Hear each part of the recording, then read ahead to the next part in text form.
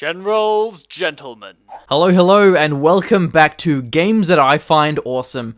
My name is the Machine of the Gentlemen, and today I'll be taking a look at a rhythm game called Sequence. Sequence was released back in 2011 by an indie development team called Iridium Studios. Growing up as a kid, I never actually had internet back home, so I played a crazy amount of rhythm games such as Guitar Hero in the Groove, and then later on Osu and Audio Surf. Like any other rhythm game, every arrow that you see on the screen represents the arrow key required to clear that note. The reason why I really enjoy rhythm games is because of how demanding it is on your reflexes and your hand-eye coordination, but meanwhile, the music makes it feel like a really relaxing experience.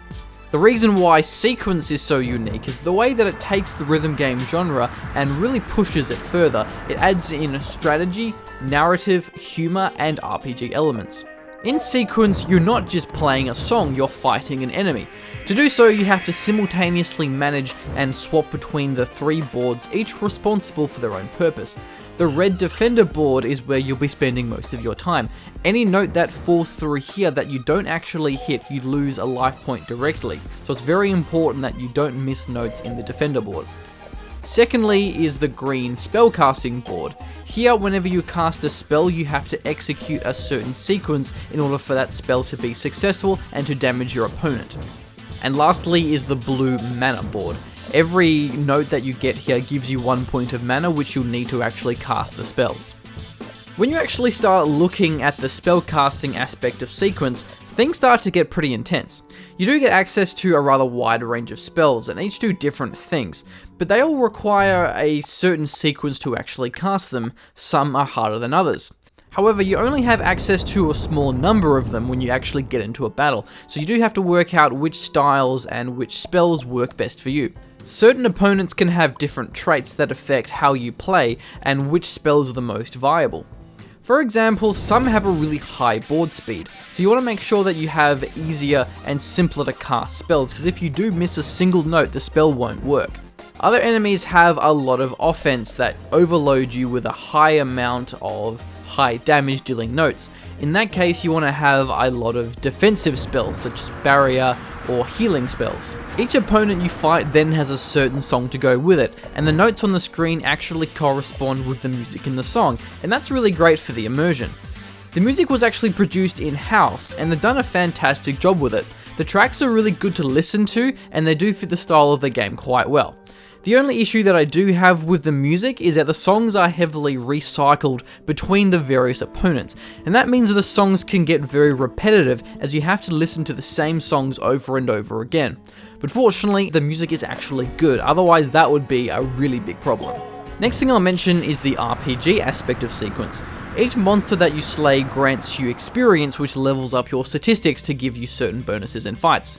Monsters will also then drop various items which can either be equipped directly or are components used to forge recipes for better items. For the most part, the items are relatively straightforward. You just equip whichever items are the best, but some of the accessories give you interesting decisions to suit your playstyle, such as choosing between, say, lower spell costs or higher critical chance. Now, the one thing that Sequence does really well is how they've done the story, the characters, and the humor. It's not exactly trying to be taken seriously, but it's really cheesy and sarcastic, and in an intentionally so and self-aware tone. It actually manages to pull it off really well. The dialogue is very witty, and the voice actors are quite charming. Did you steal my wallet? Yeah, I stole your wallet for drug money and then decided to confess my sins via intercom. Wait, hold on, I have to do this bump of cocaine. There's something really fun about just listening to the two main characters banter away to each other. Not only that, all of the items and materials also have some really funny and clever puns in their names and their descriptions. So there's a lot of really funny, subtle humor that makes you giggle to yourself when you're looking through the items.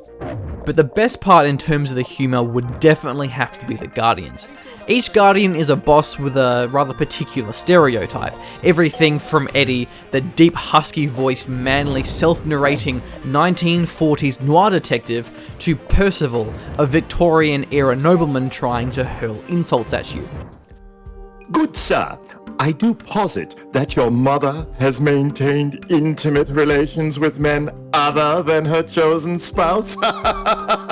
Yes. Naya? This is Percival, the first guardian. Each guardian is, shall we say, unique. Speaketh the lady true, Sir Percival at your service. Might I say, your pantaloons and frock are shoddy and poorly made. Oh. Is this a rap battle? So that's Sequence. It's pretty straightforward, but it's heaps of fun, and it's really quite addictive.